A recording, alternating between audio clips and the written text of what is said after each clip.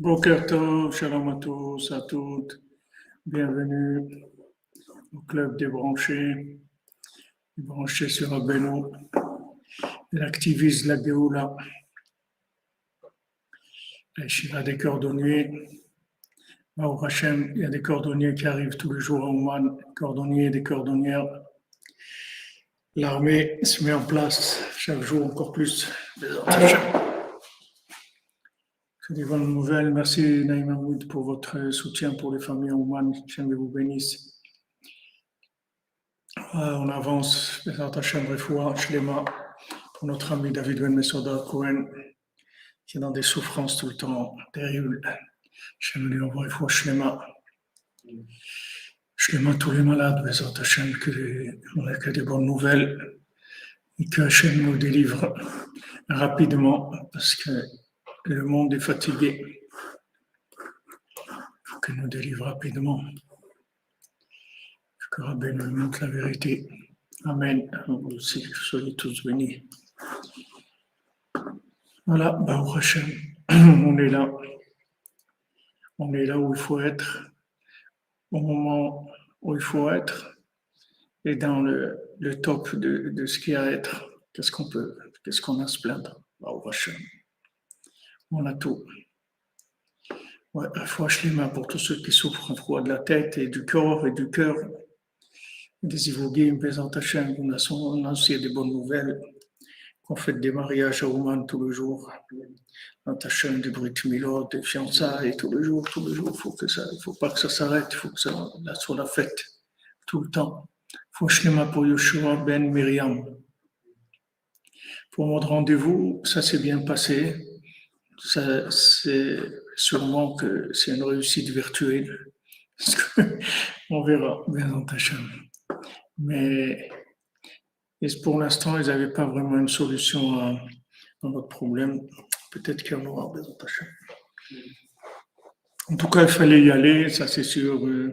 C'était clair qu'il fallait aller sur rendez-vous pour essayer de faire avancer les choses, mais voilà, Rabbeinu il s'occupe de son affaire. C'est à lui de se débrouiller. Nous, on est là, on est des exécutants. On essaye de faire ce qu'on peut.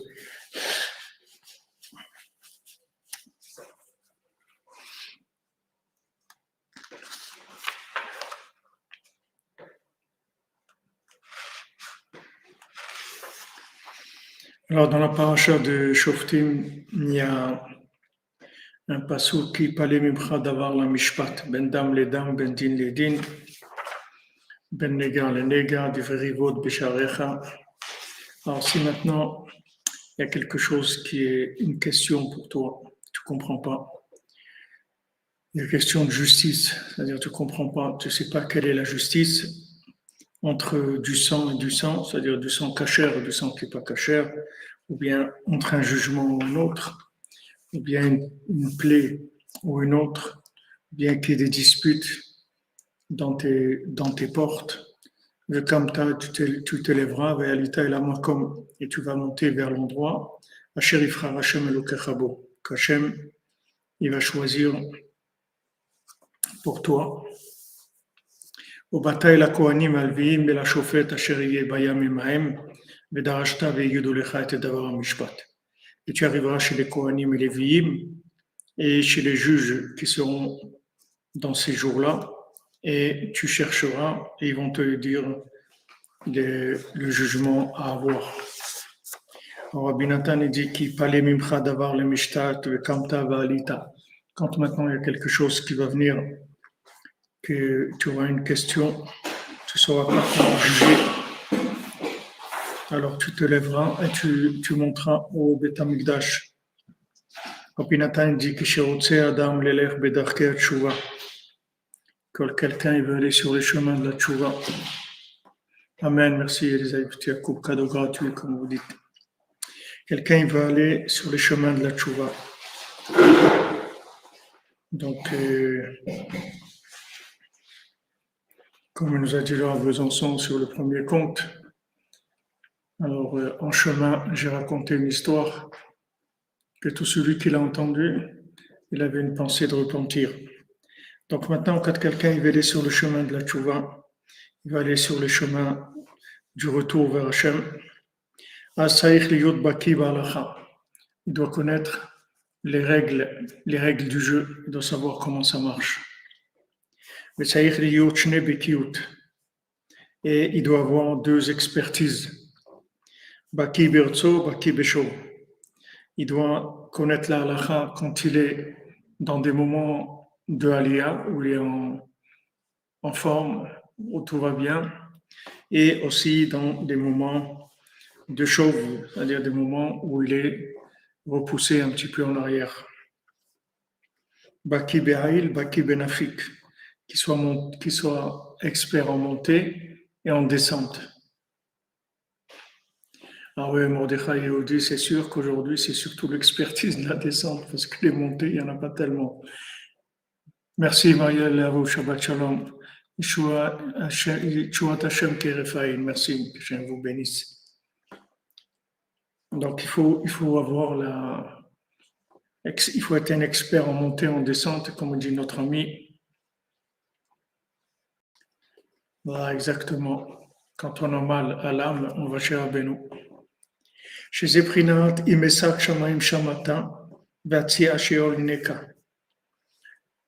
Donc, quand je monte vers le ciel, tu es là-bas, et quand je descends dans l'abîme, voilà, tu es à côté de moi.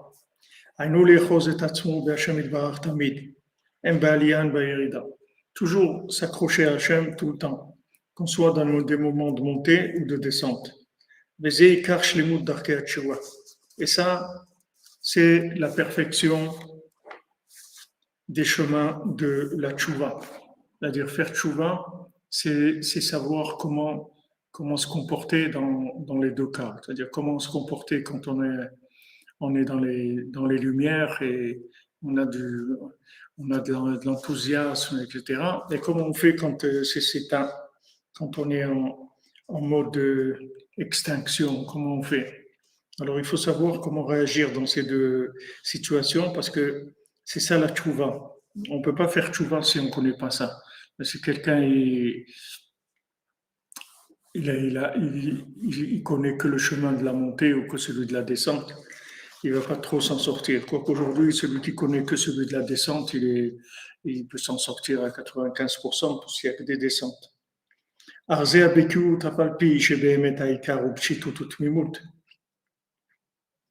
Maintenant, cette expérience-là, c'est-à-dire cette expérimentation, cette expertise, bien que maintenant dans Avodat Hashem, le tout c'est d'être simple, de faire les choses simplement.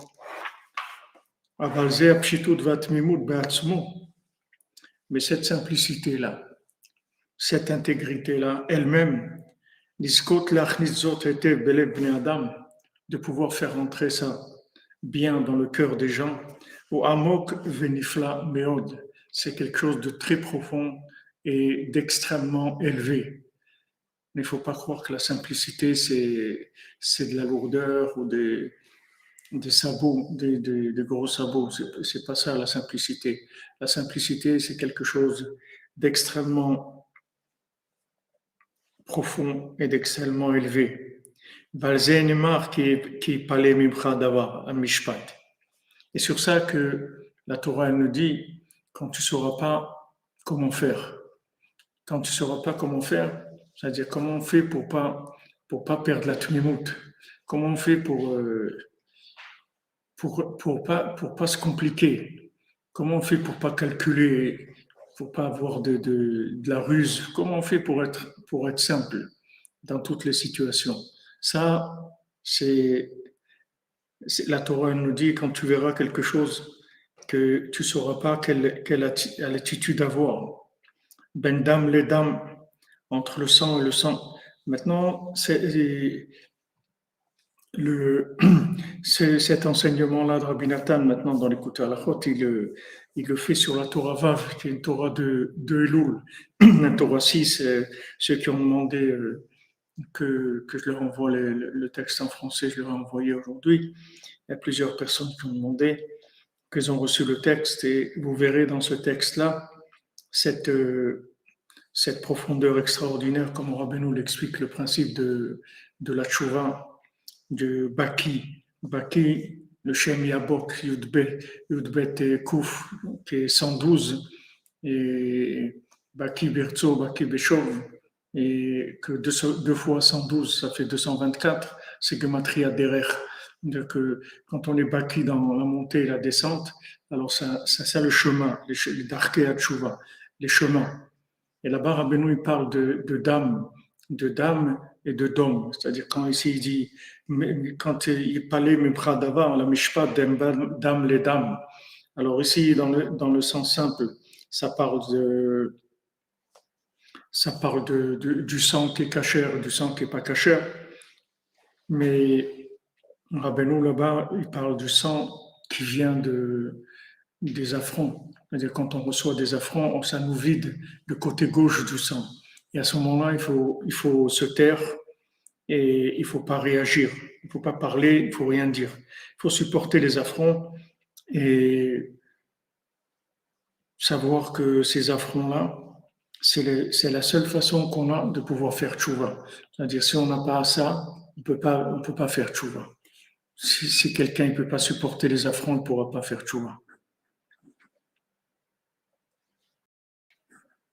Merci Régis Romain pour la traduction. Si je monte aux cieux, tu y es. Si je me couche au séjour de mort, tu vois là. Je ne sais pas pourquoi, mais au séjour des morts. Betseol Sheol Nineka. Sheol est traduit par séjour des morts. Voilà, on a remis à Sofer, notre Sofer à Yakar. Donc maintenant, il faut reconnaître entre ce sang et le sang. Il y a le sang des bisionotes qui est le dam, le sang qu'on reçoit, c'est-à-dire quand on reçoit un affront, on fait des ponctions dans le côté gauche du cœur, on vide le mauvais sang, et donc on doit faire d'homme, on doit se taire. Merci David Cohen, Foshlema, Soudra Beno, David Ben Masoda Cohen. Sheol, ça se dit séjour des morts dans la traduction française. Je sais pas, séjour des morts, ça a l'air un peu. Séjour d'abord, c'est séjour des morts. Sheol, c'est dans le langage imagé, c'est l'abîme, c'est les profondeurs du bas. Les choses. Alors peut-être ils appellent ça séjour des morts, c'est-à-dire les gens qui séjournent dans ces endroits, des morts qui séjournent dans ces endroits-là. C'est pas tous les morts qui sont dans le Sheol. Alors, quand maintenant, en fait, tu vas être étonné, tu vas dire, pourquoi je dois me taire? Pourquoi je dois me taire? Quelqu'un vient et il me traite de ça, pourquoi je dois me taire? Je peux pas lui répondre, lui dire quelque chose. Je dis non, il faut te taire. Il faut avoir la force de te taire. Parce que, en fait, cette personne qui te fait un affront, cette situation qui est une situation d'affront, c'est une situation qui va te permettre de faire de la ponction dans ce qui t'empêche de faire tchouva. Ce qui t'empêche de faire tchouva, c'est le sang qui se trouve du côté gauche du cœur. Côté gauche du cœur, c'est là où il y a tout le sang qui est le sang émotionnel. Le sang émotionnel, c'est-à-dire le sang de la consommation, il est sur le côté gauche. Il est du côté gauche du cœur. Quand David Ameller dit Libi halal vekirabi, mon cœur il est vide en moi. C'est-à-dire que j'ai vidé mon cœur de tout côté instinct émotionnel, de tout bouillonnement du sang, c'est-à-dire de ce sang-là qui donne envie de consommer. Donc la réfoua, le remède à ce sang qui se trouve du côté gauche, c'est les affronts. Les affronts, Rabbi nous dit, quand on reçoit un affront, on voyait que le visage devient rouge, il change de couleur. En fait, ça vient de ce sang-là, du côté gauche, qui monte et il se vide. Ça se vide. Abraham Ben Nachman, il dit que de recevoir un affront, c'est quelque chose de tellement grand, tellement élevé, que si on savait quand est-ce que ça allait arriver, alors on aurait pu aller au mikvé avant, aller pour se préparer à recevoir cet affront. Mais comme en général, ça vient de façon qui est soudaine, on s'y attend pas, alors on peut pas se préparer. Des fois, Shlema pour Rav Pinto, Ben Mazal, c'est David, je crois qu'il s'appelle. David Hanania Ben Mazal, pour Shlema B'Sut Rabbeinu, que d'habitude, il est à Ouman à cette période-là. Pendant le mois de Elul, il vient à Ouman et il est même venu il est bien venu au Mishkan. Il n'est pas venu au Mishkan parce qu'il n'y avait pas encore, il y avait juste le terrain, on allait commencer à construire. C'est au début, quand on a commencé les ponctions sur le côté gauche. Et il était là et il a fait des brachot, que ça marche, le Mishkan, etc. Mais il se trouve qu'il est venu chez Rabbeinu, chez tous les tzadikim aussi, il va Shem Tov, et il amenait toujours un groupe dans le modèle, plusieurs années, je l'ai vu ici. Donc le srout des tzadikim, Bezat Hashem, Yagen Alav, qu'il est fou Shema. Alors maintenant, quand tu vas être étonné sur cette chose-là, tu vas dire, mais c'est injuste, c'est quoi ça? Pourquoi il me traite de ça? Pourquoi il me fait ça? Pourquoi on fait ça? Alors reste tranquille, sache que si maintenant tu n'acceptes pas ces affronts, tu pourras pas faire tchouva. Tu pourras pas faire tchouva. Rabbeinu dit, des jeunes, je peux pas vous dire de fait, déjà vous tenez pas debout comme ça. Je vais vous le dire, déjà vous êtes énervé, vous êtes en colère tout le temps. Si je vous dis de jeûner, vous êtes en colère encore plus. Vous êtes énervé. Si je vous dis de faire du travail dur, de faire, disons, 3 fois le Teilim tous les jours, 9 heures de Teilim, vous n'allez pas pouvoir. Alors, qu'est-ce qu'on peut faire pour vous? Alors, voilà, il y a la tchouva, on va vous faire des affronts, on va vous taiser, c'est tout. Il n'y a rien à faire, juste se taire. Tu reçois des affronts et tu te tais.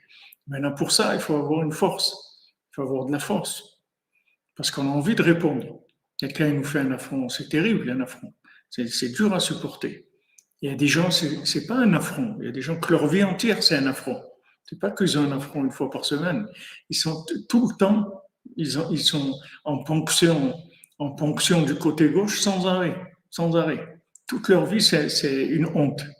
Tu veux faire tchouva, tu veux être bessimcha, tu veux faire ta prière comme il faut, tu veux être gentil avec les gens, et tu n'y arrives pas. Des années, tu n'y arrives pas. Et ça, c'est une honte. C'est une honte de ne pas arriver à faire ce que Hachem il attend de toi. C'est honteux. Alors, des fois, on vit comme ça en honte permanente. C'est-à-dire, on est toujours en ponction permanente. C'est-à-dire, on est en train de nous vider le côté gauche. Une fois que ça serait vide, ce sang-là, alors à ce moment-là, on va commencer à voir clair. Mais pour ça, il dit Rabbi Nathan, et quand tu as la makom, tu vas te lever, tu vas aller à l'endroit du Beth Amikdash. Shewa Beth Amikdash, tu vas aller au Beth Amikdash, au temple. Valken Sham Ikar Alacha Broura. Là-bas, tu auras la Alacha Broura, c'est-à-dire tu vas savoir exactement le comportement à avoir. Kisham Hayu Yoshvim Sanhedrin Gdola, Ve'akohanim Ve'askenim Ve'erim Kol Alachot. Là-bas, il y avait le Sanhedrin, il y avait les Kohanim, les anciens qui faisaient la halakha, qui répondaient aux gens à leurs questions de comportement. Veikar halakha brura ou Mishnah brura ou Lizkot, la halachot kaelu, shemachnisim kiyom Torah. Maintenant, quelle est la halakha brura? La halakha claire. La Mishnah brura, la halakha qui est claire, la Mishnah qui est claire. Qu'est-ce que c'est quoi? C'est de savoir des halachot qui rentrent du Kiyum Torah, c'est-à-dire qui te rentrent dans le Kiyum Torah, que tu puisses arriver au Kiyum Torah. C'est-à-dire que tu puisses à vivre la Torah vraiment. Quand moi, à Breslev, et le Rav Levitsa qui m'a dit d'aller travailler, alors j'étais un peu dur pour moi, parce que je voulais étudier, j'étudiais, il va travailler et tout, c'était dur. Après, L'année d'après, quand je suis venu le voir, il m'a dit, regarde, quand tu travailles, c'est plus que ta Torah. Quand tu travailles, c'est plus élevé que l'étude. Parce que quand tu travailles, c'est ça qui va te permettre d'étudier. Mais si tu veux que étudier, tu vas te brûler complètement, il ne restera rien du tout. Donc, il y a des halakhot qui sont kiyum à Torah. C'est-à-dire que, quelle est la halakha? C'est quand quelqu'un il voit dans quel état tu es et il te donne les doses des choses, il te donne les comportements à voir. Des fois, il y a des gens, ils veulent s'habiller en chassid, mais le shtraimel, Shabbat et les péotes et tout. Et quelques années après, il enlève tout parce qu'il voit que c'est insupportable pour lui. C'est insupportable, c'est dur. Et là où il va à la synagogue, les gens se moquent de lui, c'est pas dans un truc adapté, etc. Donc, il faut être orienté, il faut savoir qu'est-ce qui est pour nous et qu'est-ce qui n'est pas pour nous. Et ça, c'est chacun par rapport au niveau qu'il a. Il y a pas de généralité là-dedans. La généralité, c'est qu'il faut aller doucement, mais il y a des choses adaptées à chacun, des halachot, c'est-à-dire des comportements adaptés à chacun. Chacun, il doit trouver comment se comporter dans tout, dans sa nourriture, dans ses vêtements, dans son travail, dans son mariage, dans tout. Il doit savoir comment je fais. C'est-à-dire, moi, pour moi, personnellement, comment je dois agir. Et ça, il n'y a que au Beth Amikdash, là-bas, où les tzadikim, ils vont lui donner le da'at, ils vont lui dire, voilà, tu fais comme ça, voilà les doses pour toi de chaque chose. Voilà, comme tu dis, Régui. Pas voler, pas voler. Kilo midrash ou aikar, il a amassé. Parce que le midrash, c'est beau, c'est-à-dire d'apprendre des choses. De la connaissance, c'est beau. Mais le principal, c'est l'action, c'est comment tu vis. Comment tu vis. Il y a beaucoup de gens qui apprennent la Torah, mais comment ils vivent? Quel est leur rapport avec la vie, avec l'argent, avec les autres, avec leur famille, avec tout? C'est ça qui est important, c'est pas ce qu'il a appris. ועל כן, כל המבקש ומחפש אחר דרכי השם ועבודתו יתברך, tout celui qui cherchait les chemins d'Hachem, מבקשי Hachem, ceux qui cherchent Dieu, où il est Dieu, comme il a dit à Besançon, on vient pour qu'on vient au monde, pour chercher Dieu, qu'est-ce qu'on vient faire ici? On vient chercher quoi? Les trucs des souvenirs ukrainiens. On vient ici pour chercher Dieu, c'est tout, parce qu'on n'a pas trouvé. On vient ici, on demande au tzaddik de nous montrer les chemins de Dieu, c'est pour ça qu'on vient ici. Donc, il cherche les chemins de Dieu, le service divin. Il devait monter au temple et recevoir d'eux. C'est beau, tu es allé là-bas, tu dis voilà, je m'en sors pas dans ma vie, voilà un problème. Ça, alors il te dit voilà, fais comme ça, comme ça, comme ça, tu pars, tu es tranquille. Aujourd'hui, il n'y a pas. Aujourd'hui, il y a le mur, tu vois, tu es dans les coups de tête contre le mur, c'est tout. Il n'y a pas. Il n'y a pas. Tu vas voir des gens, eux-mêmes, ils sont à l'envers. Qu'est-ce qu'il va te dire? Tu vas le voir à lui, tu vas te sauver déjà. Avant de poser une question.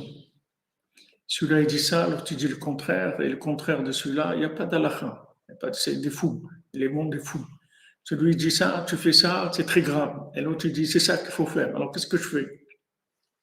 Qu'est-ce que je dois faire? Je ne sais pas ce que je dois faire. Aujourd'hui, il faut chercher Rabbeinu dans le Kutemoran, dans le Spurim dans l'aide Bodedou, dans le voyage à Oman, dans Tikunaklali. Il faut chercher le tzaddik. Sinon, il n'y a pas de réponse, il n'y a pas d'alakha broa. Il faut chercher le tzaddik qui te donne ton rythme et aussi ton menu. Qu'est-ce que tu dois faire? Maintenant, il y a déjà le menu général, c'est pour tout le monde. Et ça, c'est le Chatzot Bodedou et Tikunaklali, Alakha et Oman, ça c'est pour tout le monde. Et après, le reste, il faut se débrouiller. Et même là-dedans, la mesure, combien, quoi, etc. Chacun, il doit chercher. Mais il n'y a personne qui va te donner aujourd'hui la véritable mesure parce qu'il n'y a pas de date, les gens sont fous. Il ne peut pas te donner une mesure. Il ne sait pas. Ceux qui sont honnêtes te disent qu'ils ne savent pas. Donc il dit Rabbi Nathan, maintenant que le temple il a été détruit à cause de nos fautes, de nos nombreuses fautes, le tikkun, il se fait par les tzadikim véritables.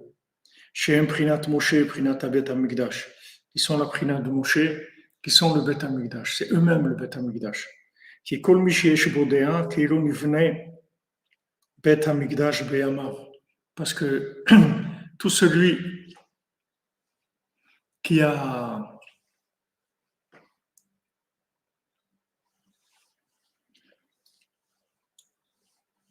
la conscience, c'est comme si le temple avait été construit de ses jours, de son vivant. Parce que le temple, c'est quoi? C'est-à-dire quand tu cherches, tu sais pas quoi faire. C'est parce que tu es inconscient. Si tu étais conscient, tu saurais quoi faire. Si tu es conscient d'une chose, tu saurais quoi faire. Si maintenant tu es assis dans une pièce et il y a le feu, alors si tu es conscient, tu vas te sortir.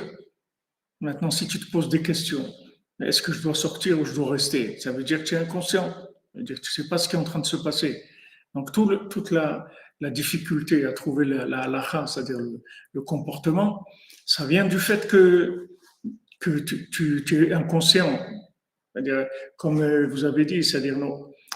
C'est-à-dire, tu ne connais pas les priorités des choses. Ce n'est pas les valeurs des choses.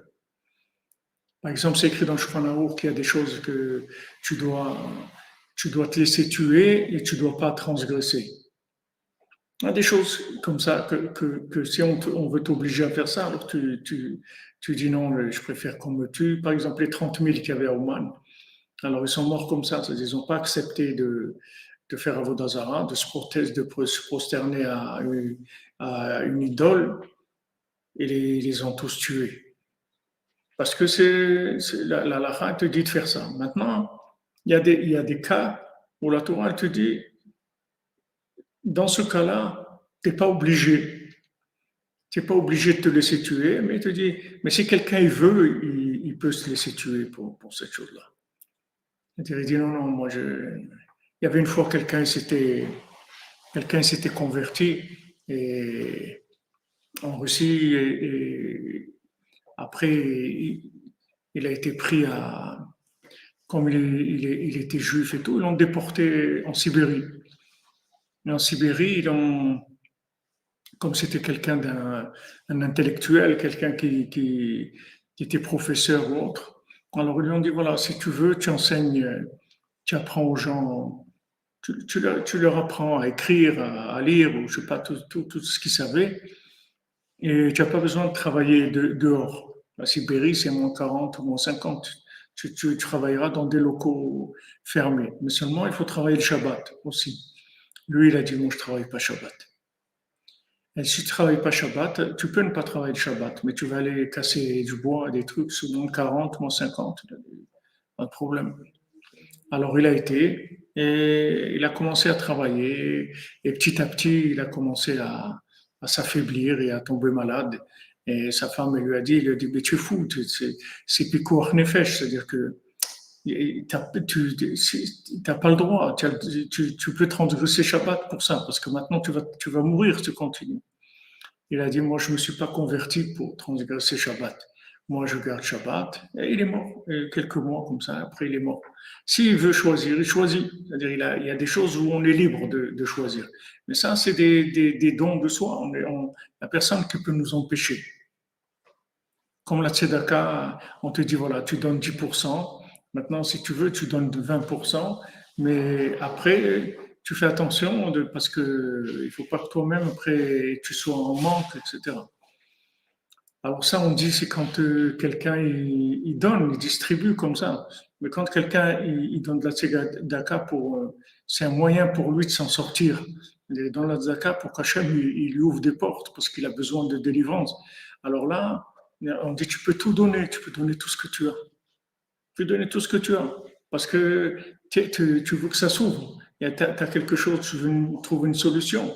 Tu peux donner tout, il n'y a pas de problème. Alors ça, c'est des situations. C'est-à-dire, il faut savoir comment gérer ces situations-là. Et ça, c'est très personnel. Il y a beaucoup de choses qui sont très personnelles. On peut pas te dire, on va te dire généralité, mais personnellement, comment tu dois te comporter, c'est difficile. Alors, il te dit qu'aujourd'hui, qu'on n'a pas le temple, on a besoin d'un bardaat, c'est-à-dire de celui qui a la conscience véritable des choses. La conscience, ça veut dire qu'il sait adapter la lumière et le récipient. C'est ça ce qui s'appelle la conscience. Quelqu'un, un bardaat, c'est quelqu'un qui sait mettre la lumière adaptée dans le récipient qu'il a devant lui. Il a un récipient devant lui, il voit si c'est un dé à coudre, ou si c'est un verre, ou si c'est un seau, ou si c'est un tonneau, ou si c'est une cuve. Par rapport à ça, il va lui dire la lumière qui correspond à ces récipients. Ça s'appelle un bardaat. C'est quelqu'un qui a la conscience. Qui kol mishiesh bodea qui l'onivne betamikdash beyama. Parce que celui qui a le da'at, c'est comme s'il y avait le Beth Amikdash qui était là. Aval tzrichim lisbol bizyonot. Voilà.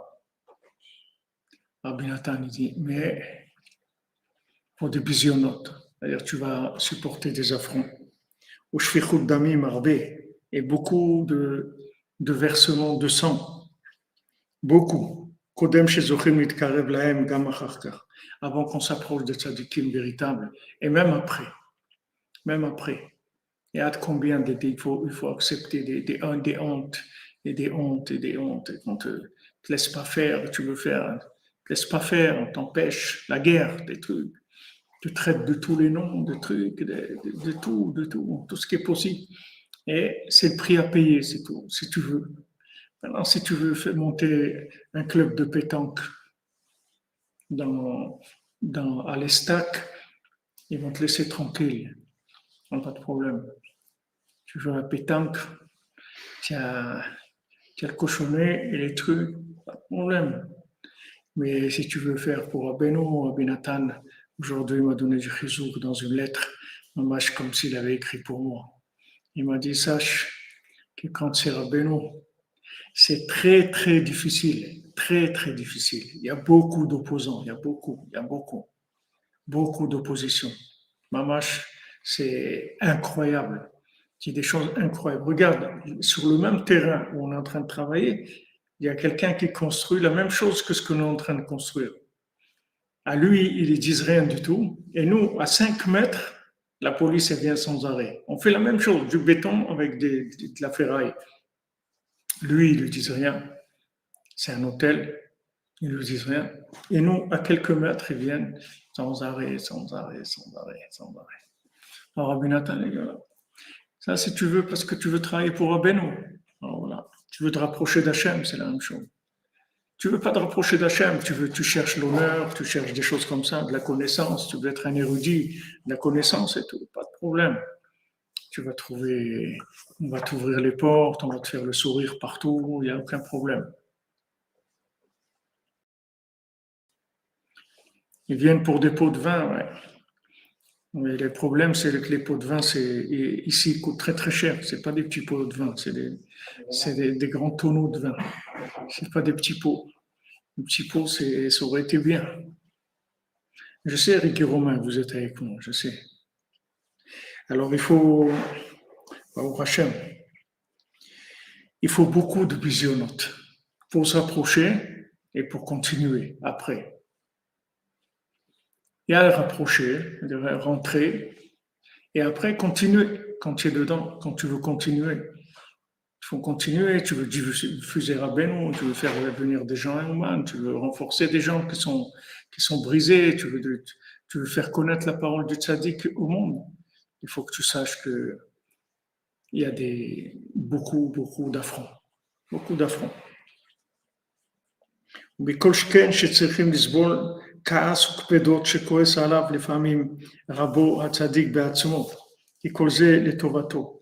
Et à plus forte raison qu'on doit supporter les nerfs des fois, et des fois la rigueur, que des fois le rave, le tzaddik lui-même, il se met en colère sur quelqu'un pour son bien. Comme Rav Yudel, que Rabbeinu, une fois, ils étaient en train de parler d'une explication dans la Gemara, dans le Tosfot, et chacun il a donné son avis. Rav Yudel, il a dit, voilà, c'est comme ça, voilà l'explication. Rabbeinu il lui a dit non. Lui, il a dit, moi, je suis sûr que c'est comme ça. Alors Rabbeinu lui a dit, si je te prouve que tu as tort, alors je peux te mettre une claque. Alors il a dit, il était sûr de lui, Rav Yudel. Et Rabbeinu, quand il dit quelque chose, il dit. Donc il lui a prouvé que, rien que ça déjà, rien que ça, il aurait dû s'arrêter. Rien que Rabbeinu lui a dit ça, il aurait dû s'arrêter. Que Rabbeinu lui a dit, il a dit, si je te prouve que j'ai raison, je peux te mettre une claque, il aurait dû s'arrêter. Dire, je m'arrête là, donc vous avez raison, c'est vous qui avez raison. Mais il était sûr de lui, c'est des grands érudits, c'est des gens qui savent étudier, qui connaissent tout. Donc, Rabbeinu, bien sûr, Rabbeinu lui a montré qu'il avait tort. Donc, Rabbeinu lui a mis une claque. Et quand il est rentré chez lui, Rabbi Udal, il a vu qu'en fait, c'était sa fille qui était mourante. Et quand Rabbeinu lui a mis une claque, la fille, elle a retrouvé sa santé et tout. Mais elle est restée avec je ne sais pas si un orteil ou un doigt de la main qui était paralysé. Alors Rabbeinu, quand il est revenu, Rabbi Udal, et bien sûr, il est revenu, comment on dit, le profil bas, parce qu'il a compris tout ce qui s'était passé, qu'en fait, Rabbeinu n'était pas du tout rentré avec lui dans un conflit de savoir j'ai raison, t'as raison. C'est Rabbeinu voulait lui sauver sa fille. Et alors, il a fait toute cette chose-là pour arriver à ce qu'il prenne lui une claque, et de ça, ça allait sauver sa fille. Et il lui a dit, si Rabbeinu s'en parlait avec lui, il lui a dit, tu vois, quand tu as reçu la claque, dans ton cœur, tu étais un peu énervé. Si tu n'avais pas été énervé, même le doigt, il n'aurait pas été paralysé. Elle aurait été entièrement. Mais comme tu t'es un petit peu énervé, alors ça a paralysé le doigt. Alors, il faut savoir que des fois, ben, même des fois, le tzaddik lui-même, il peut nous repousser, il peut nous faire des empêchements. Des gens ils veulent venir à Oman, ils n'arrivent pas. Il y a des empêchements pour avancer, des empêchements. Il faut savoir que c'est tout pour le bien. Il n'y a pas de, il y a rien de mal. C'est-à-dire le tzaddik, il fait rien de mal à qui que ce soit. Alors maintenant, quand tu supportes tout ça, c'est-à-dire que tu supportes d'un côté les affronts et d'un autre côté la rigueur, des fois la colère du rave, avec ça, tu trouves les chemins de la lacha. C'est ça qui va t'amener à ce que tu vas trouver ton chemin.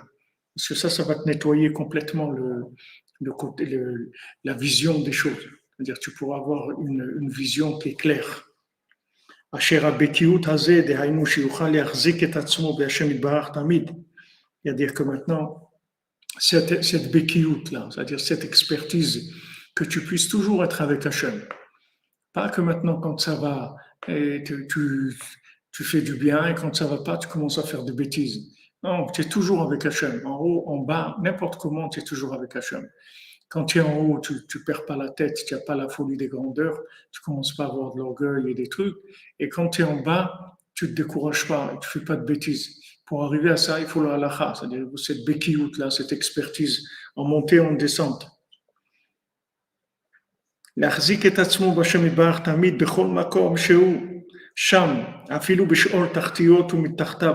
Même quelqu'un qui se trouve dans l'abîme et en dessous de l'abîme, en dessous le séjour des morts, en dessous.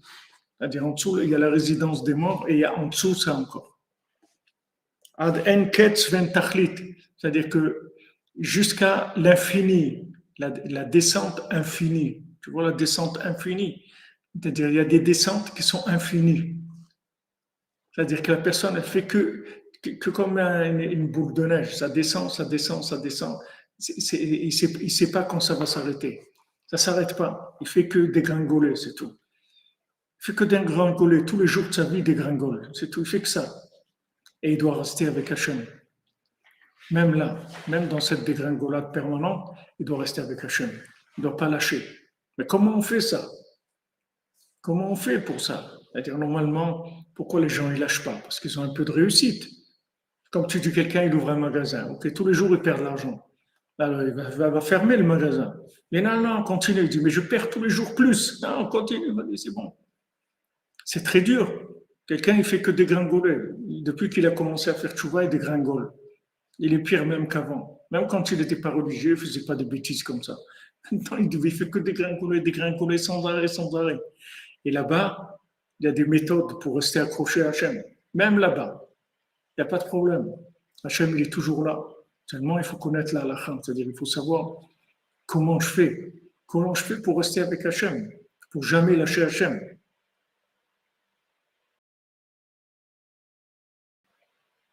J'ai un limoud amok venifla meod.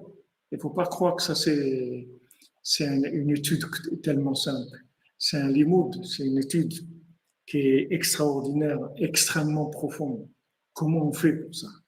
Comment on fait que dans la dégringolade permanente, on reste avec Hachem tout le temps? On continue à faire le bodédo, on continue à être Bessimra, on continue à faire notre tikkun klali, notre hatzot et tout. Comment on fait? Quelqu'un qui dégringole sans arrêt. Il voudrait un petit peu, avoir un peu de réussite, quelque chose, que ça marche un peu. Rien. C'est que dégringoler, sans arrêt. En dessous, chez le Tartir, Rabbeinu dit, il y a des gens qui se rapprochent de moi, qui sont tellement bas, que même cet endroit de Shaul Tartir, pour eux, c'est pas assez bas. C'est-à-dire, ils essayent de creuser pour voir s'il n'y a pas quelque chose plus bas que l'abîme dans lequel ils sont. S'il n'y a pas un moyen de descendre plus encore. Comme l'exemple que je vous ai donné du solar, il demande, il dit que mais qu'est-ce que tu bois pour arriver à ça? C'est-à-dire, il cherche encore plus. Ça ne lui suffit pas qu'il est sous et tout, non, il veut être sous, mort dans la rue, comme ça, couché par terre, c'est ça qu'il veut. Il dit, Rabbeinu, des gens qui viennent chez moi, que même quand ils se trouvent dans l'abîme, c'est trop haut pour eux. C'est-à-dire, ils veulent encore plus bas que ça. וזה הלימוד העמוק ונפלא מאוד, וצריכים לשקוד הרבה על דלתי בית המדרש של אנשי אמת העוסקים בלימוד הזה. Voilà la solution.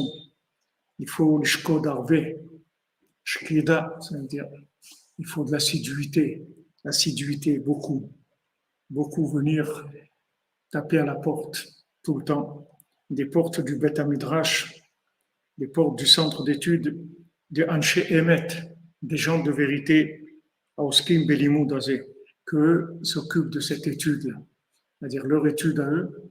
C'est comment on fait dans la dégringolade permanente pour rester de simcha et pour faire tout ce qu'on peut faire. Comment on fait ça? C'est eux, tout leur Beth Midrash, ils enseignent ça. Jusqu'à ce qu'il arrive à appliquer vraiment, c'est-à-dire à vivre vraiment ces hauts, ces bas, de façon optimisée au maximum dans le bien. Que ce soit le haut ou le bas, il sera toujours avec Hachem. Patrick Valenzi, on essaiera de se parler, Bézant Hachem. Que vous sortiez de la dépression, de la simcha, Bézant Hachem, vous consolez sur votre moment.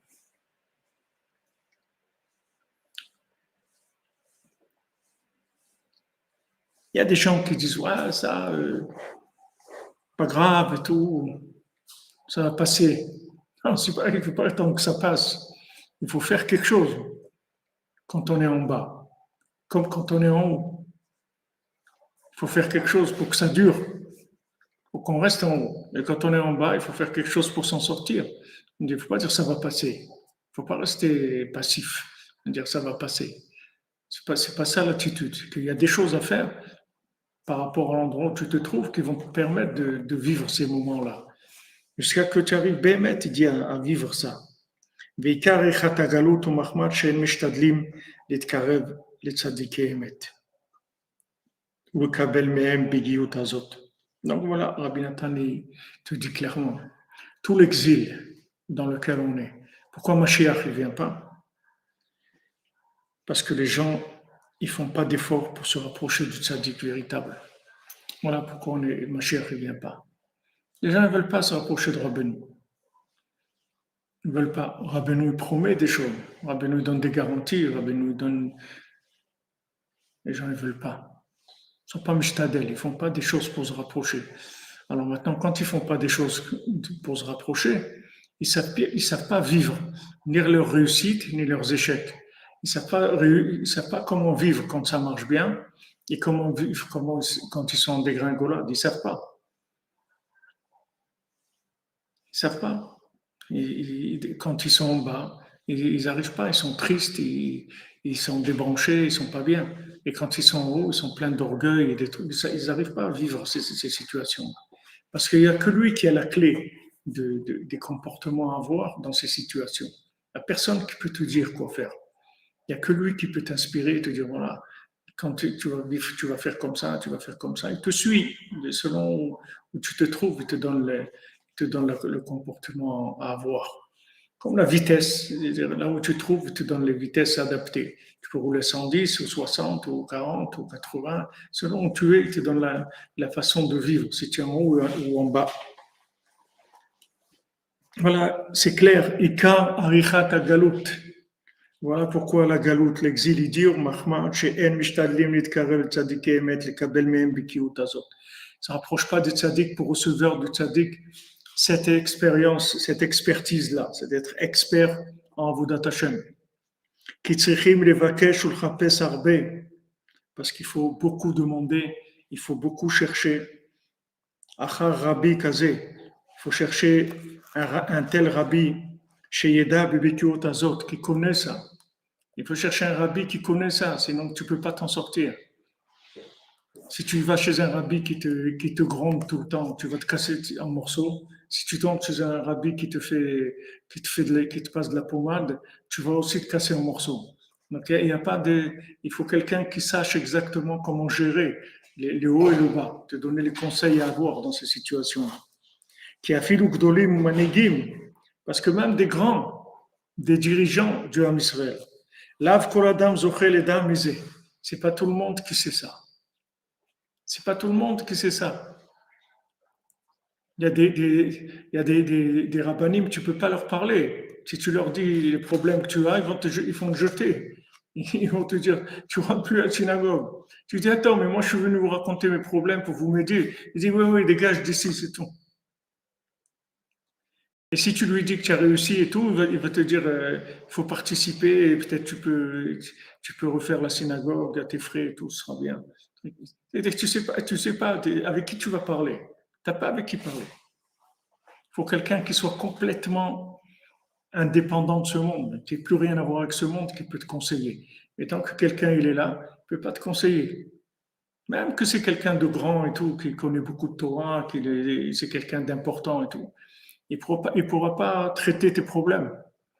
Comme Raphaël dans la Vachalon, quand il y avait quelqu'un qui venait, qui dépassait un peu qui était un peu hors norme, il dit non, toi, Besançon, Breslev. Là, c'est Breslev. Et tout, parce qu'il voit, il ne peut rien faire. Il n'a pas de méthode pour des gens comme ça.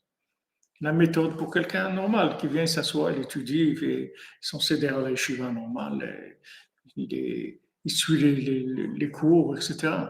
Mais quelqu'un qui commence à avoir des accès de montée ou de descente, parce que même les montées, ils n'acceptent pas. C'est pas rien que les descentes, hein.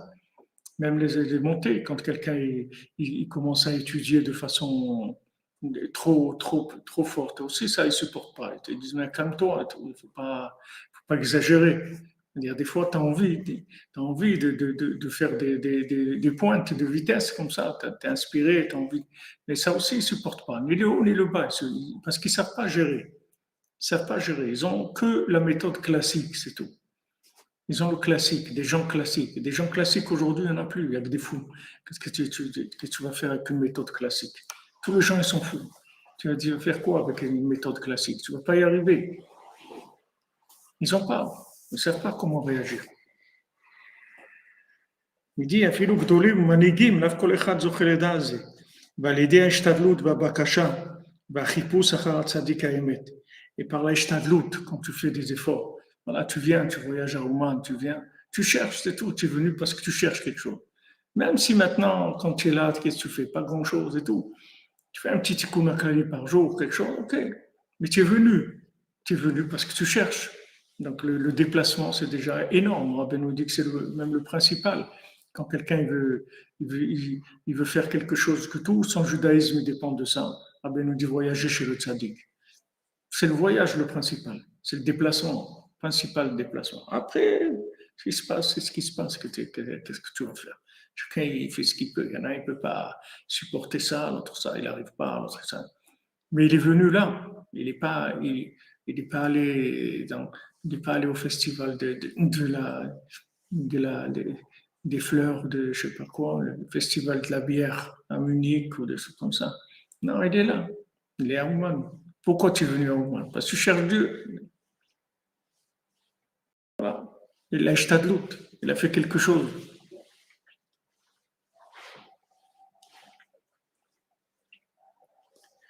Vesovel biziono, toshfichut damim arbe, puis je lisais.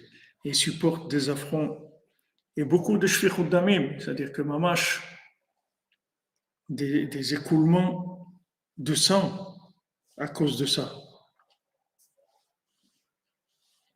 Combien de gens, qui ont commencé à vouloir se rapprocher, ont commencé à les persécuter. Ils sont persécutés de leur famille, ils sont persécutés de leurs proches.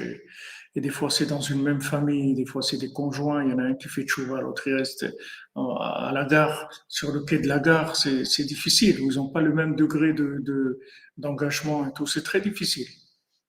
Et il doit supporter tous ces affronts-là parce que sinon, il ne va pas avancer. Mais des zochel tchouva shlema.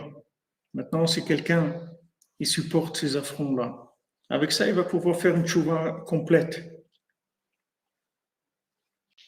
C'est-à-dire, en même temps, d'un côté, il cherche le tzaddik, et il cherche le tzaddik en venant chez le tzaddik, en étudiant les livres, en priant pour avoir le mérite de se rapprocher du tzaddik. Comme Rav Shmuel Shapira, la Shalom, il faisait la plupart de son idbo des doutes, c'était pour qu'il ait le mérite de se rapprocher de Rabbeinu. Et il priait pour ses enfants et pour qu'il ait le mérite de. C'était ça le Icar de l'Aïd des doutes qu'il faisait. C'était que ça, demander qu'il ait le mérite de se rapprocher du tzaddik. Parce que si tu vois que ça ne marche pas, c'est que tu t'es pas assez rapproché, c'est tout. Si tu étais plus près, alors c'est sûr que tu aurais changé. Si tu étais plus près, c'est sûr que ça t'aurait influencé. Donc si tu vois que tu as des problèmes, ça veut dire qu'il faut que tu cherches plus. Et ne regarde pas les autres, parce que ça n'a rien à voir. Chacun il a sa vitesse. Il y a pas de. Si tu vois que ça ne marche pas, c'est que tu as besoin de plus, c'est tout. C'est-à-dire, il faut chercher plus. Il faut chercher plus, il faut plus prier, il faut plus demander, il faut faire plus d'efforts. Parce que tu vois que tu es malade, tu n'arrives pas. Ça vient pas de. La seule chose qui te manque, c'est juste le rapprochement du tzaddik. C'est la seule chose qui manque. Tu as besoin de plus d'émouna dans le tzaddik, d'avoir plus confiance en lui, de te rapprocher plus de lui. C'est tout ce qui guérit le monde. Il n'y a rien d'autre dans ce monde. Donc au moins tu sais où ça se trouve. Donc dès que tu as un moment, tu fais ça. Dès que tu peux, c'est ça que tu fais. Au Hachem, on est là, Rabbeinu nous a amenés. Rabbeinu nous a fait le confinement de Rosh Hashanah. Eux, ils ont fait le confinement des virus. Rabbeinu nous a fait le confinement de Rosh Hashanah. Il a amené les gens ici, il les a confinés en moine. Il a dit, allez, venez. Voilà, il a 6 000, 7 000, ils sont enfermés. Il les a enfermés en moine, il les a confinés pour. Allez, il faut travailler, il faut faire avancer les choses. Là, on va déboucher le tunnel, on va creuser le tunnel. On va ouvrir, il faut ouvrir, j'ai besoin de. Alors c'est pour ça qu'il nous a amenés ici, il nous a confinés ici.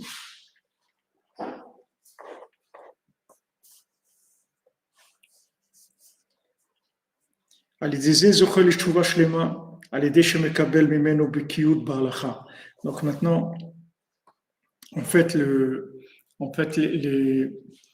la montée et la descente, c'est deux sortes d'attitudes, d'énergie. C'est-à-dire, quand tu montes ou quand tu descends, en fait, c'est que de l'énergie divine. C'est pas autre chose, mais il y a une énergie divine qui vient dans une attitude de montée et il y a une énergie divine qui vient dans l'attitude de descente. Mais les deux, c'est de l'énergie divine. Si tu as la Bekiout, c'est-à-dire si tu connais la halakha, si tu sais comment vivre tes montées et comment vivre des descentes, en fait, tu vas profiter des deux situations. Ça ne va rien changer. C'est-à-dire que tu sois en montée ou en descente, tu vas toujours prendre de l'énergie. Et ces énergies qu'il y a dans la descente, tu en as besoin. Mais nous, comme on est formaté en formatage à sable, pour nous, quand ça va bien, alors il faut y aller, c'est bon, c'est super, ouais, et tout, j'ai réussi, j'ai ça et ça. Et quand ça va pas bien, on lâche, c'est tout. On dit maintenant, ça marche pas, bon, ça marche pas, c'est tout. Peut-être si ça reprend un jour, je reprendrai aussi. Mais on sait pas exploiter la descente. Parce que ça, il n'exploite pas la descente. Et ça, pour lui, quelqu'un qui descend, ça veut dire que c'est quelqu'un qui a échoué. Mais il n'y a personne qui a échoué. Celui qui a échoué, c'est que celui qui se décourage, c'est tout. Celui qui mitiaèche, celui qui se désespère, lui, il a échoué. Mais celui qui se désespère pas, il n'est pas échoué. Maintenant, il se trouve dans une situation de descente. Alors, comment on fait? La halakha elle-même, c'est comme ça. Quand quelqu'un est malade, alors comment il fait? Et comment il fait sa prière? Comment il fait? Tout change parce qu'il est malade. Alors, il y a une autre façon de se brancher avec Hachem. Maintenant, si tu sais que ta descente, elle est pas, tu n'es pas responsable de ta descente plus que de ta montée, donc quand tu vas monter, tu ne vas pas avoir d'orgueil parce que tu vas dire maintenant on te fait monter, ok, alors tu fais ce qu'il y a en haut, et maintenant on te fait descendre. Ok, tu fais ce qu'il y a en bas, c'est tout. Mais tu ne vas pas te prendre sur toi. Mais les gens qui pensent que quand ils montent, c'est eux qui ont réussi. C'est-à-dire, ils ont une chouva là et ça, parce que voilà, je suis monté, oh, j'ai réussi, des trucs et tout. J'ai vu des gens, j'ai vu des gens, des gens, ils ont étudié beaucoup, après ils ont écrit des livres et tout. Comment une personne, je me rappelle à la Yeshiva, qu'on a écrit son premier livre, je ne sais pas s'il en a écrit d'autres après, mais il me l'a montré et tout, comment il était et tout, qu'il a écrit un livre de Torah et tout. Maintenant, j'ai lu un peu son livre et tout. Quand tu es avec Rabbeinu, tu es le vin hongrois, tu ne peux pas, il y a des choses que tu ne peux pas, c'est trop, tu peux pas. Pourquoi? Parce que c'est des gens, ils ont travaillé toute leur vie, ils avaient un but. Ils avaient un but, ils doivent arriver à être quelqu'un d'important, écrire des livres et être reconnu socialement, etc. C'est ça le but. Alors ces gens-là, quand ils se ramassent, quand ils tombent, il ne reste plus rien du tout, c'est fini. C'est fini. Tandis que Rabbeinu, c'est pas ça. Rabbeinu, il t'enlève. Rabbeinu, il t'enlève l'orgueil de la montée et le youch de la descente. Rabbeinu t'enlève les deux. Quand tu montes, il te dit, qu'est-ce que tu as fait? Tu n'as rien fait. Tu n'as même pas commencé. Alors monte, tu te dis, bon, ok. Et quand tu descends, il te dit alors, parce que tu es en bas, ça y est, allez, tu fais pas la tête. En avant, allez. Fais ce que tu peux, c'est tout. Fais ce que tu peux, ne fais pas la tête. Ne te fâche pas avec Hachem. Parce que tu es en bas, tu vas te fâcher avec Hachem. Est-ce que tu peux?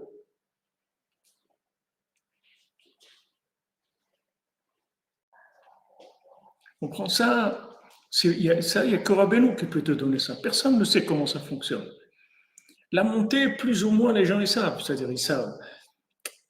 Ils savent pas, mais parce que dans le monde, l'orgueil et tout, c'est pas grave. C'est pas des choses graves. Mais si les gens, ils savaient le, le- ce que ça coûte de la montée qui est mal vécue, c'est pire que la descente qui est mal vécue. Celui qui monte et qui ne sait pas gérer sa montée, c'est pire que celui qui est en bas et qui ne sait pas gérer en bas. Parce que quand l'orgueil, c'est pire que celui qui est en bas. Parce que celui qui est en bas de l'orgueil, au moins, il n'en a pas.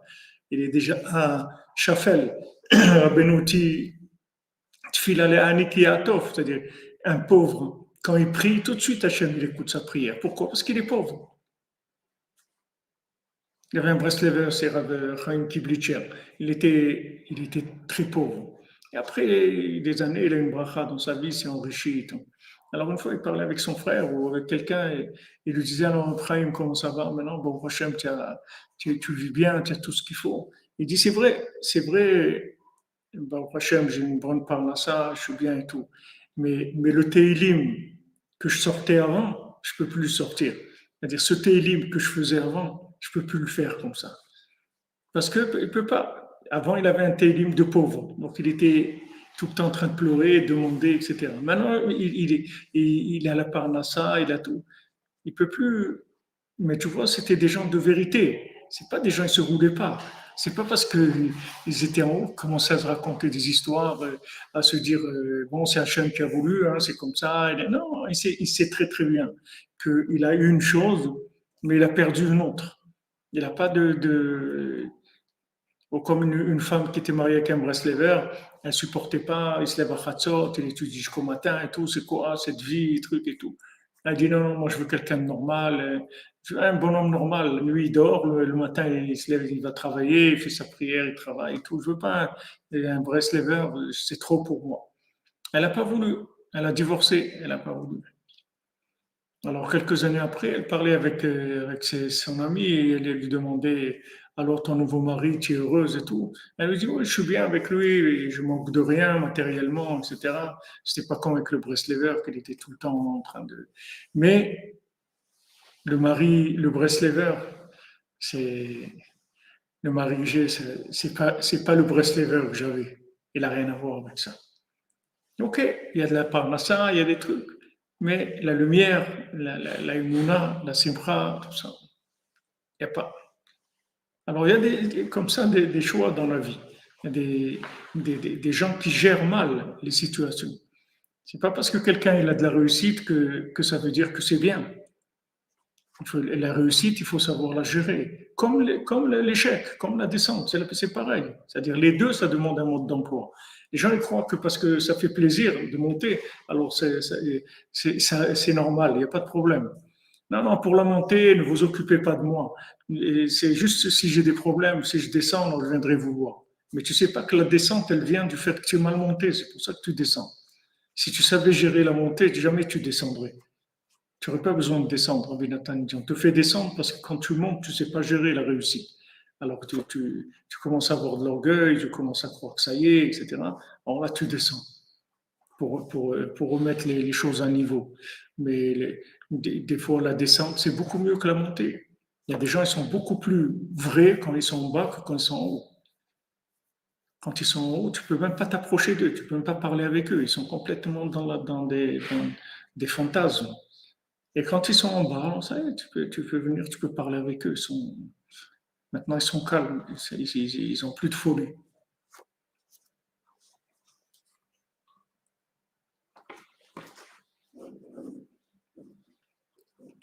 Samuel S. Il paraît que quand on est orgueilleux et qu'on fait des avérantes, on crée des démons qui nous punissent. C'est pas que quand on est orgueilleux, c'est toutes les avérantes, ça crée des démons. Et bon, Hachem, maintenant, en Elul, tous ces démons-là, ils disparaissent, présent Hachem.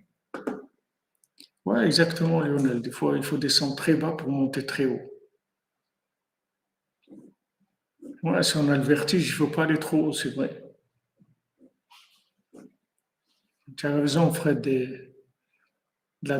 que Hachem, il se révélera quand tout le monde sera calme. C'est-à-dire tout le monde sera calme, c'est-à-dire tout le monde sera en bas. Oui, c'est vrai, c'est un risque de s'écraser dans la descente par rapport à la hauteur. Si on a été trop haut, quand on tombe, ça fait plus mal. On vient de plus haut, donc ça, c'est sûr que ça fait plus mal. Quand tout le monde aura dessoulé, tu as raison, tout le monde aura dessoulé, Hachem pourra se révéler. Mais la recherche du tzaddik, c'est la recherche de cette gestion. C'est-à-dire, halakha, ça s'appelle, halakha, ça veut dire marcher, aller, c'est-à-dire trouver la démarche. On dit, la démarche à avoir, quelle est la démarche pour obtenir ça. Il y a une démarche de la montée et une démarche de la descente. Mais ça, il n'y a que lui qui peut te donner ça. Parce que lui, le tzaddik, connaît la connexion. Il connaît la connexion de n'importe quelle situation où tu te trouves. Il n'y a aucune situation qui ne s'est pas gérée, qui ne s'est pas connectée. Tandis que tous ceux qui sont pas parfaits, comme le tzaddik Haemet, ils ont toujours des zones d'ombre où ils ne comprennent pas. Donc, ils ne vont pas comprendre par rapport à la montée ou par rapport à la descente. Ils vont mal gérer ces choses-là parce qu'ils ne connaissent pas. Ils ne savent pas comment on gère quelqu'un qui est en bas, comment on fait pour gérer. Moi, je connais des gens, des érudits en Torah, des très grands, qui ont pris des sfarim, mais c'est pas comme je vous ai dit tout à l'heure, c'est des sfarim de très haut niveau d'Alaha et tout. Et pourtant, quand ils ont eu des descentes, quand il a eu une descente, il ne pouvait même pas mettre cette filine. Il fallait que quelqu'un vienne lui mettre les filines. T'es en dépression. Mais c'est très, très dur. C'est pas, les gens qui ont l'habitude de vivre dans les hauteurs spirituelles, quand ils descendent, c'est très, très dur pour eux. Très, très dur à gérer. Mais Rabbeinu te met toujours il te met toujours le bouton là de la cocotte minute. C'est-à-dire, quand tu es en haut, il fait sortir la vapeur. Et quand tu es en bas aussi. Donc, tu n'es jamais en surtension, ni du haut, ni du bas.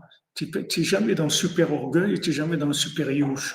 Dans les deux, Rabbeinu te met de la compensation, c'est-à-dire comment évacuer le danger qu'il y a.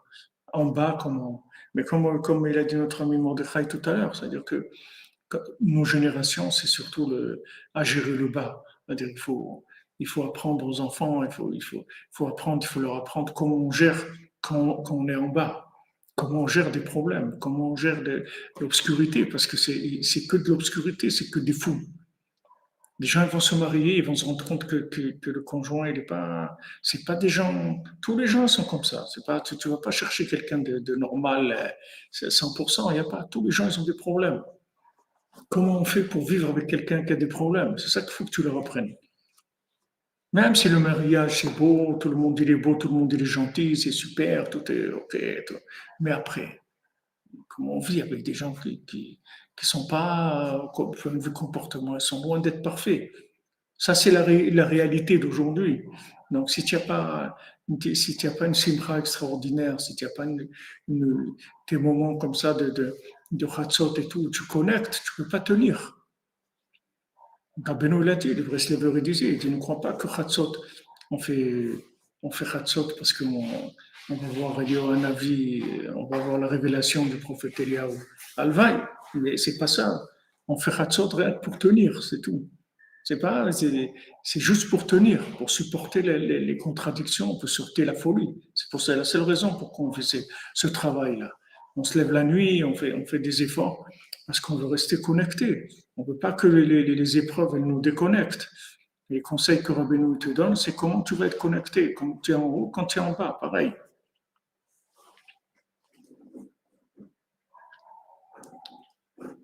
C'est vrai. Quand on sait gérer le bain, on est bien toute notre vie, c'est vrai.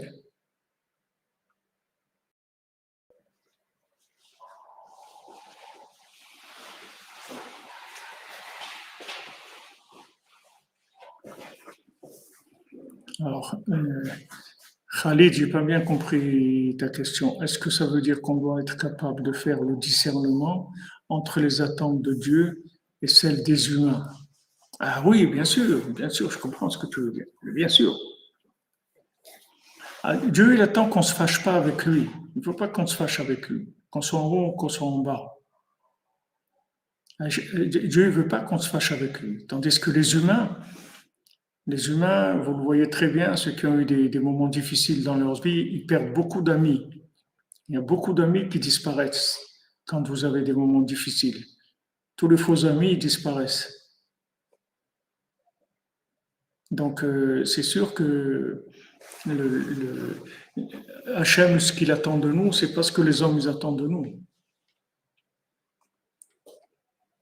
Hachem, il attend qu'on reste avec lui tout le temps, qu'on vive le haut et le bas du chemin, c'est tout. Comme si vous prenez une route dans laquelle il y a des descentes et des montées, c'est tout. Vous apprenez à conduire en descente et en montée, c'est tout. Il n'y a pas il y a rien, il n'y a pas à s'angoisser. C'est ça qu'il veut Hachem. Il ne veut pas qu'on se fâche avec lui, ni quand on monte, qu'on le regarde de haut, et quand on est en bas, qu'on se fâche avec lui, qu'on déconnecte. Hachem, il veut qu'on reste avec lui tout le temps.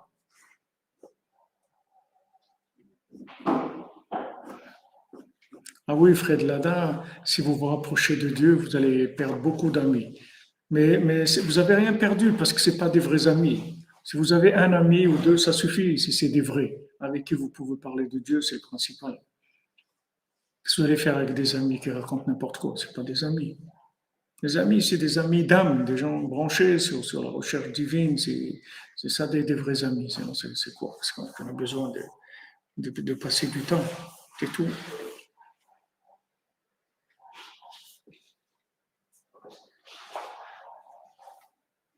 Donc pour ça, ça demande beaucoup de prières et beaucoup de recherche, parce qu'on en a besoin énormément.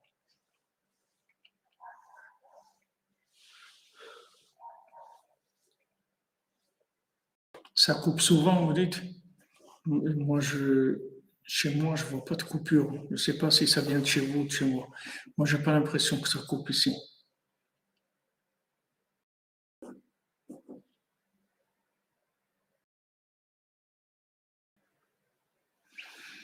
Non, c'est-à-dire que quand vous avez développé votre connexion personnelle, la masse, elle ne vous dérange pas du tout. Au contraire. Au contraire, les gens ne vous dérangent pas du tout. Bah, au Hachem, que Fred Lada, vous le vivez bien. Je suis content d'entendre ça. Merci Jean-Luc Terrier. Fois Shlema pour Violette Badjan.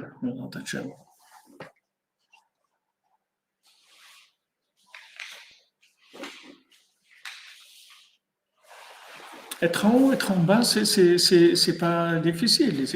C'est pas tellement le niveau de Simra. Le niveau de Simra, c'est encore une manifestation. Être en haut, ça veut dire que ça marche bien. On est satisfait de ce qu'on fait, on se sent bien, qu'on réussit, et ça nous réussit. Ce qu'on fait, ça nous réussit dans vos Hashem, dans tout. On est dans la réussite, tout va bien. Être en bas, c'est quand ça marche pas, c'est tout, c'est les échecs.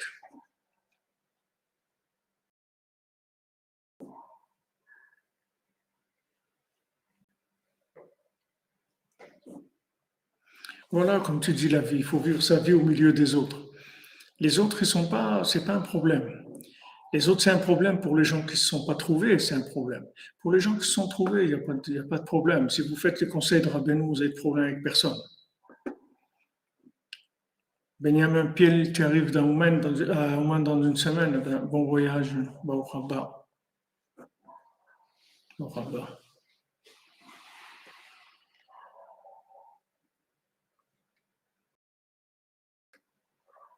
Il faut demander beaucoup à Hachem qu'on trouve cette façon de gérer, surtout aujourd'hui qu'on est tous dans la descente vertigineuse, toute l'humanité entière.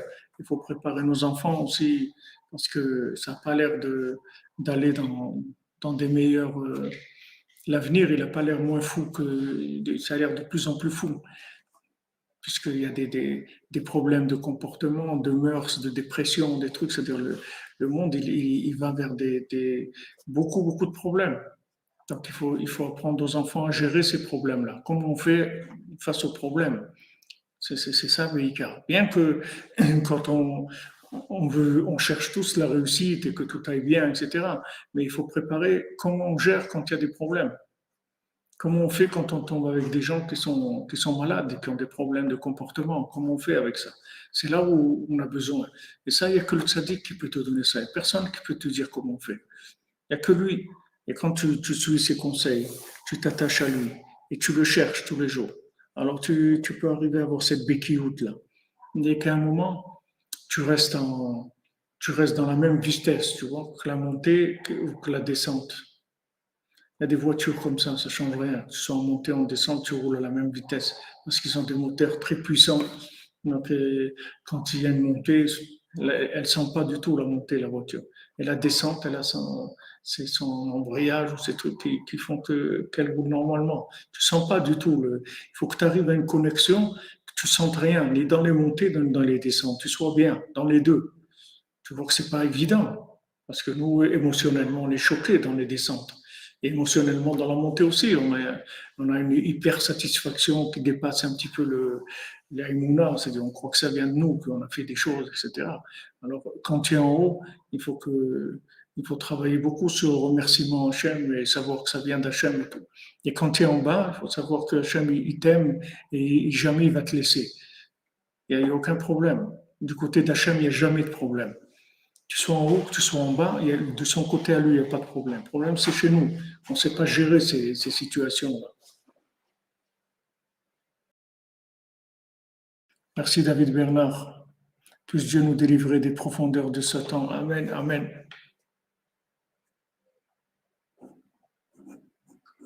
Oui, ben Samuel S. Les enfants qui sont insomniaques et qui vivent dans YouTube 15 heures par jour et dans Twitch et dans ces trucs-là, il faut leur apprendre à vivre là-dedans. Comment on fait pour vivre, comment on fait pour rester connecté à Dieu quand on fait 15 heures d'Internet par jour? C'est là où on voit la force d'Hachem et du tzaddik. C'est pas quand quelqu'un il est en train d'étudier, en train de faire semblant d'étudier. C'est pas là où on va voir la force d'Hachem. Mais quand quelqu'un il fait 10 heures ou 15 heures de YouTube par jour et que maintenant il est complètement à l'envers dans tout, dans son sommeil, dans sa façon de vivre, dans la nourriture, dans tout, il est tout retourné. C'est là où on a besoin de cette béquilloute-là. C'est là où on va montrer qu'on sait gérer. Quand il n'y a pas de problème, tout marche bien. Il y a pas de... Quand il n'y a pas de problème, tout marche bien. Quand tu achètes des billets d'avion, si tu achètes sur Internet, tant qu'il n'y a pas de problème, tout va bien. Mais quand tu achètes dans une agence, C'est quand il y a des problèmes que tu appelles l'agence, tu dis voilà, ma valise elle n'est pas arrivée, ou j'ai truc, ou j'ai raté la connexion, qu'est-ce que je fais, ou je veux changer mon billet, j'ai un problème. C'est là où tu as besoin de quelqu'un qui connaît son métier. Donc, quand tu prends sur Internet et tout, tu as un problème, après tu restes avec ton problème. Il faut le savoir, c'est-à-dire que tu prends des risques. Maintenant, quand on va vers une génération comme ça, une génération, il y avait ces trucs à la Vachon, il avait fait ça, un show qui s'appelait Génération Facebook. C'est-à-dire que quand tu vois que les jeunes vivent là-dedans, mais ça veut dire que c'est ça la vie d'aujourd'hui. C'est pas peine de lui dire, c'est pas ça qu'il faut faire. C'est pas ça qu'il faut lui dire. C'est que maintenant, tu vois là où il est, et de ça, tu trouves là-bas la connexion. Comment on se connecte avec Hachem quand on passe la plupart de sa vie dans Facebook et dans YouTube? Comment on fait pour rester connecté? C'est là où on a besoin du tzaddik. Sinon, n'importe qui, quand il va te dire, ouais, eh ben, tu lui enlèves le téléphone, c'est tout. C'est tout. Tu le laisses pas prendre le téléphone, c'est tout. Et il croit qu'avec ça, il a résolu tous les problèmes. Après, il va avoir un téléphone comme un immeuble, après, il va acheter. Il va acheter le dernier iPhone, dès qu'il sera grand et tout. C'est pas ça, il faut lui apprendre à être béchalom avec ce qu'il y a autour de lui, à vivre béchalom avec tout, mais avec les plus grandes descentes. Être béchalom, toujours avec Hachem. Qu'il n'y a rien qui l'éloigne d'Hachem. Rien, rien au monde. Rien qui l'éloigne d'Hachem. Il y a des gens qui mettent par exemple sur l'écran de l'ordinateur en haut, ils mettent le nom d'Hachem et ils disent voilà, Hachem, t'es avec moi, t'es devant moi, etc. Ils font des choses pour se rappeler qu'il y a Hachem, pas qui partent complètement dans le. Il y a des conseils que chacun va trouver, mais ça vient de l'inspiration quand on est connecté avec le tzaddik. Cette inspiration-là, elle te vient, tu sais comment réagir. Il faut apprendre aux gens comment faire. Il faut acheter les mains à tous les malades, oui.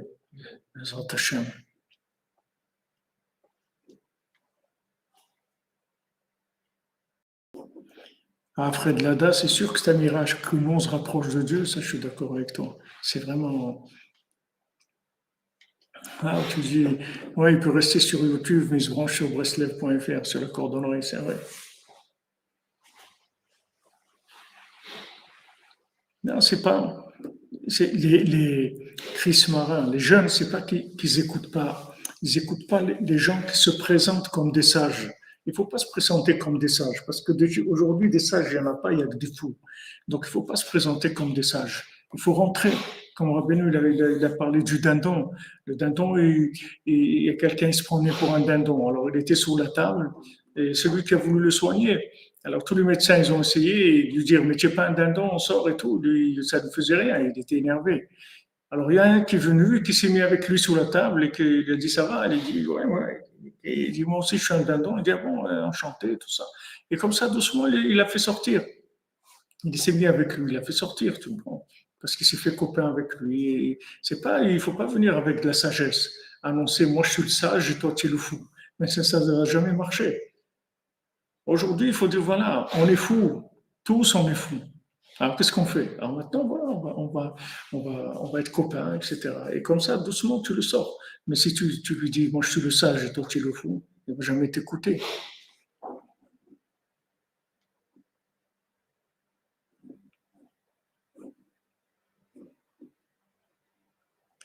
Amen, amen, merci.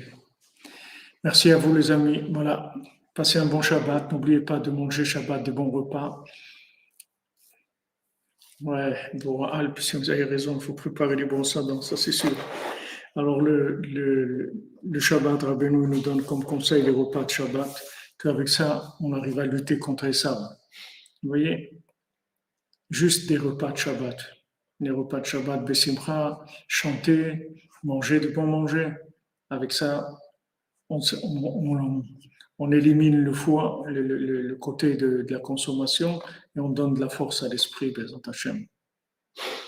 Voilà, que c'est un bon Shabbat, Bezat Hashem, Bessimcha. On se retrouve au Shabbat, Bezat Hashem, pour Sipurim Asiyot. Et il ne faut pas oublier aussi que ça, on a commencé, depuis une semaine, on a commencé à faire des cours dans le Mishkan. Ça aussi, c'est Amalek qui n'aime pas ça. Donc il attaque, il se déchaîne encore plus. Il se déchaîne plus encore. Plus nous on fait, plus il déchaîne. Et comme il est tombé avec des fous, alors il nous déchaîne encore plus, nous. Plus encore qu'il se déchaîne, et plus nous on se déchaîne. Encore plus. Merci Khalid à toi, merci à vous tous et à vous toutes, que vous soyez tous bénis, et que vous restiez toujours avec Hachem, toujours Béchalom avec Hachem, que jamais vous fâchiez avec Hachem, pas Béchalom, toujours Béchalom avec Dieu, toujours.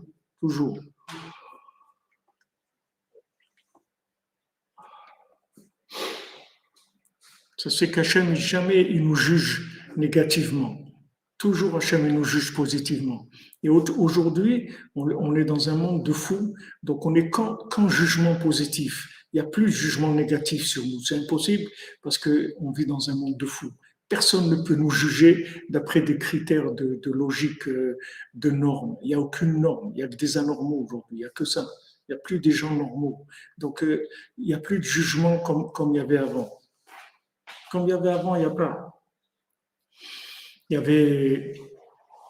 avait Rabbi Yitzhak Shalom qui était en Israël et il disait que quand il va arriver dans l'autre côté, il va leur dire juste une chose, j'ai vécu 20 ans sous le communisme et je suis resté, j'ai gardé la Torah complètement, j'ai jamais bougé. Il dit avec ça, ça suffit.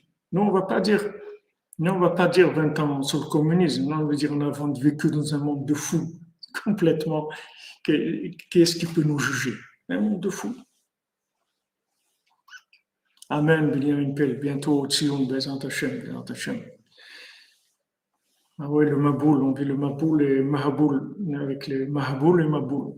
Et les fous et le déluge de la picore saute. Merci, Madame Aliane. Que de bonnes nouvelles pour vous tous et vous toutes. Bezant Hashem, bonne santé pour tous les malades. La délivrance, Bezant Hashem, que tout soit facile. On va donner le nom de la maman de monsieur hier.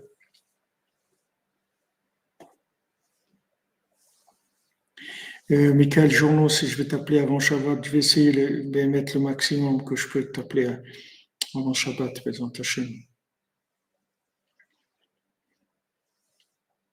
Alors pour la Refoua Shlema de Dora Batraya, Bezant Hashem, et de notre ami David Ben Mesoda Cohen et de tous les malades, Bezant Hashem.